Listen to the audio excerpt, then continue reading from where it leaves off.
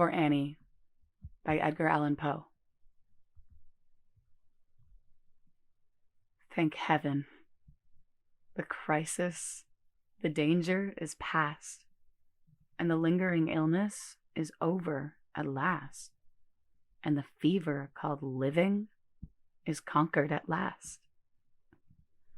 Sadly, I know I am shorn of my strength, and no muscle I move as I lie at full length, but no matter, I feel I am better at length. And I rest so composedly now in my bed that any beholder might fancy me dead, might start at beholding me, thinking me dead. The moaning and groaning, the sighing and sobbing are quieted now, with that horrible throbbing at heart. Ah, that horrible, horrible throbbing.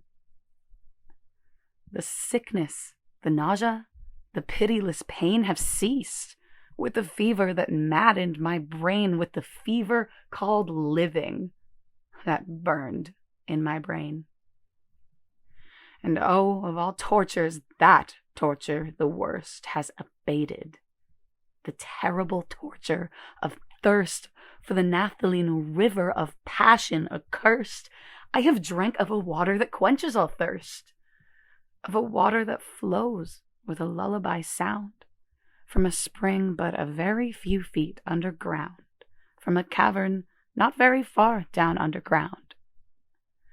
And let it never be foolishly said that my room it is gloomy and narrow my bed, for man never slept in a different bed, and to sleep you must slumber in just such a bed.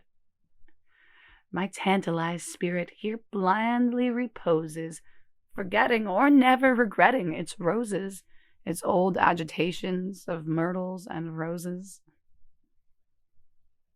For now, while so quietly lying, it fancies a holier odor about it of pansies, a rosemary odor commingled with pansies, with rue, and the beautiful Puritan pansies.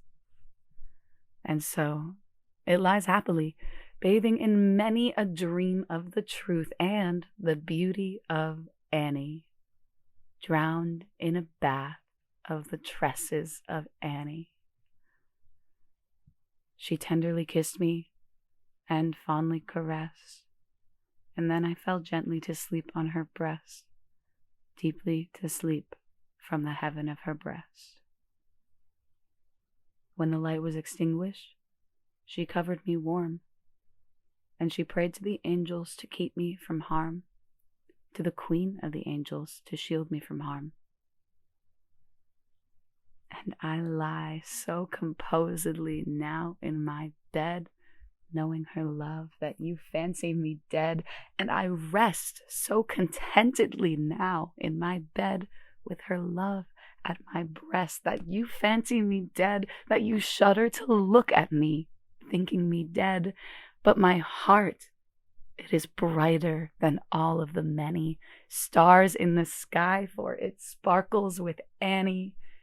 It glows with the light of the love of my Annie, with the thought of the light of the eyes of my Annie.